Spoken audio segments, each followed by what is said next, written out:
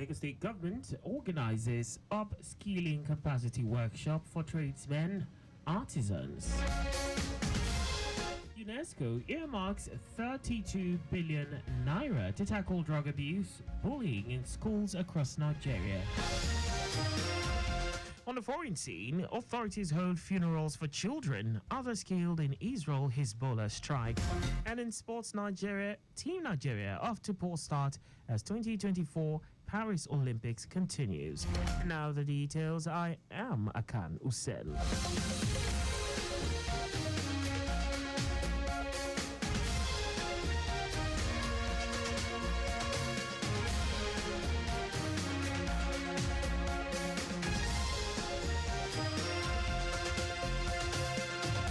Lagos State Government has organized a capacity enhancement program for members of the informal sector, comprising tradesmen and artisans, as part of efforts to improve work performance and contribute to the industrial development of the state.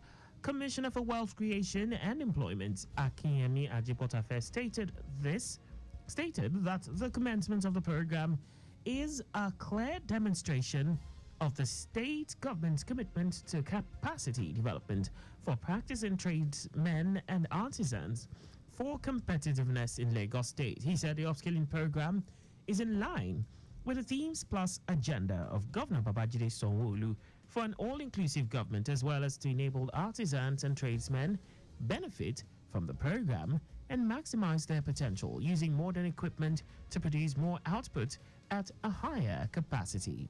In her remarks, the Executive Secretary, Lagos State Technical and Vocational Education Board, Ronke Aziz, stated that the agency will provide the facility for the training program.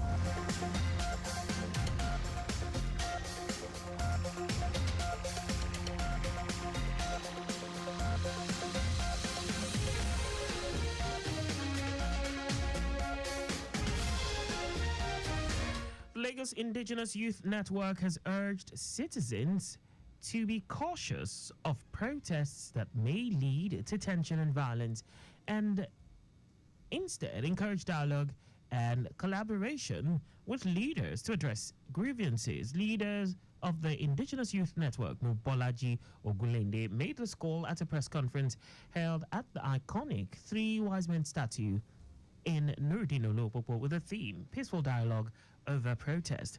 Ogulende, who emphasized the importance of constructive engagement and peaceful coexistence, noted that the destructions during the NSAS saga is still fresh as many business owners are out of business. He also highlighted the numerous achievements of the Lagos State government, including payment of above minimum wage, clearance of pension backlogs, and provision of free healthcare and education. Not against the citizens constructively engaging their leaders when it's crucial, but the moment when such engagement becomes a platform for tension and sponsored for political scores, then it is time to call for caution. This is what we are doing here today. The intelligence gathered so far reveals that the protest is politically motivated and not in the interest of Lagosians who are peace-loving and hardworking. We do not support it. We say no to any protest in whatever guise or disguise. We are coming together to defend our Lagos against any possible destruction. The youth leader implored parents to caution their children against any form of social vices under disguise as protest, emphasizing that the government is aware of the hardship and would further caution the effects. The Amnesty International has warned against threatening protesters, saying doing so would undermine the legacy of President Bola Tinubu. Chairman of Amnesty International in Nigeria, Awal Rafsanjani, commended security agencies for democratically conducting themselves. He also called on the government and security agencies to provide security cover to the protest to avoid a situation whereby hoodlums could take advantage of the situation. Since the End Bad Governance in Nigeria started gaining traction on social media, many top government officials have advised against the demonstrations, arguing that the protest could be hijacked by hoodlums. They urged the citizens to have faith in the current administration, noting that the president is committed to addressing the welfare and concerns of Nigerians. Airstrikes by the Nigerian Air Force NAF aircrafts have destroyed 12 illegal refining sites and 2 reservoirs in Abia and Rivers states. NAF spokesperson Edward Gapquet, in a statement, said the airstrikes were conducted on Friday, July 26. Gapquet said the sighting of illegal refining sites in fenced living environments by oil thieves was indicative of the sophistry of the illegal oil refining trade that would require other means beyond airstrikes to checkmate. He noted that armed reconnaissance missions as well as destruction of illegal refining sites will continue unabated until crude oil theft and other forms of economic sabotage are reduced to the barest minimum.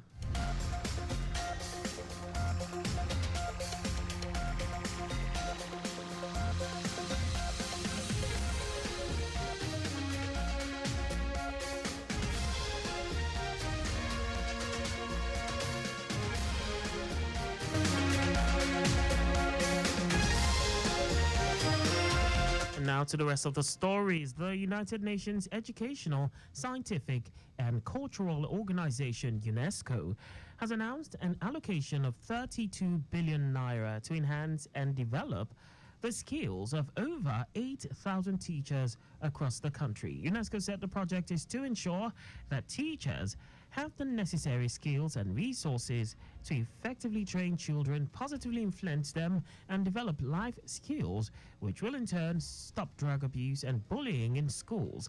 Head of UNESCO Abuja office, Abdurrahmani Diallo, made the announcement at a stakeholders engagement in preparation for a national training for schools in Nigeria to combat bullying and drug abuse.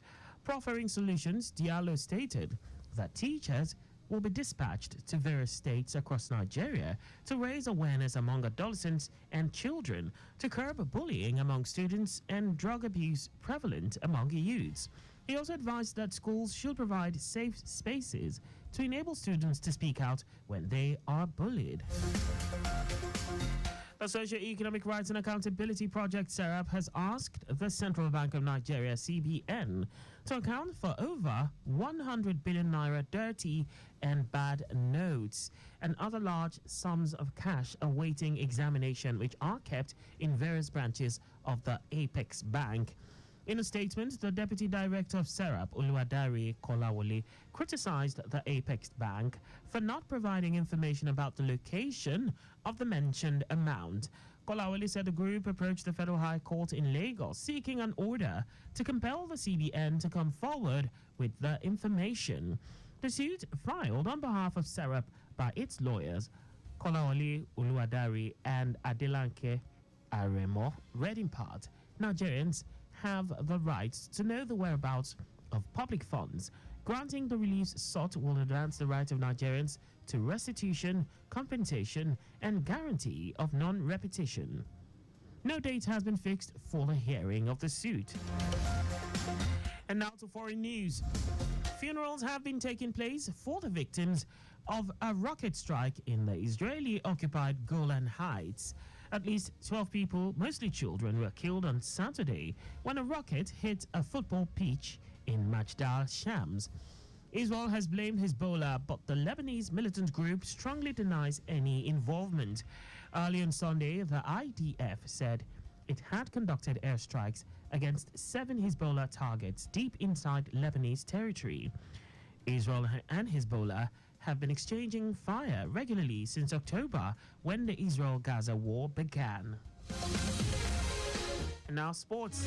As the 2024 Paris Olympics continues, one boxer from Team Nigeria has been suspended for doping, while 2 table tennis hopefuls have been knocked out in round 1. Female boxer Cynthia Ogunshemilore was due to contest in the 60-kilogram class on Monday afternoon, but that will not happen as she tested positive for furosemide, a banned substance on the WADA list. The news broke after Team Nigeria's table tennis men's singles hopefuls Olajide Omotayo and Aruna Quadri both lost their round of 64 games within hours at the South Paris Arena.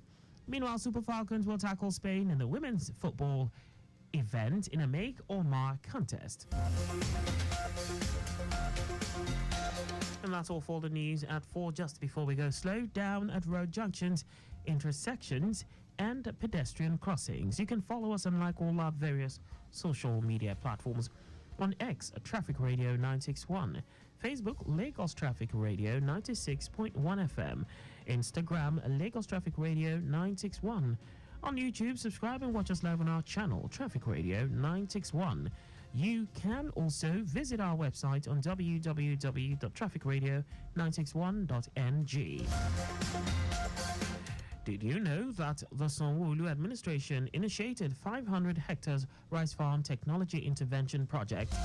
You can get more details on the Lagos State government website. To end the news, here are the highlights of the major stories. Lagos State government has organized a capacity enhancement program for members of the informal sector, comprising tradesmen and artisans, as part of efforts to improve work performances and contribute to the industrial development of the state. The United Nations Educational, Scientific and Cultural Organization, UNESCO, has announced an allocation of 32 billion naira to enhance and develop the skills of over 8,000 teachers across the country. We also told you that funerals have been taking place for the victims of a rocket strike in the Israeli-occupied Golan Heights. And in sports, as the 2024 Paris Olympics continues, one boxer from Team Nigeria has been suspended for doping, while 2 table tennis hopefuls have been knocked out in round 1. For contact with the newsroom, please send a message to info@trafficradio961.ng. And that ends the news broadcast compiled by Adewale Oluwaporoku. I am Akan Usen. Thanks for listening and please stay safe.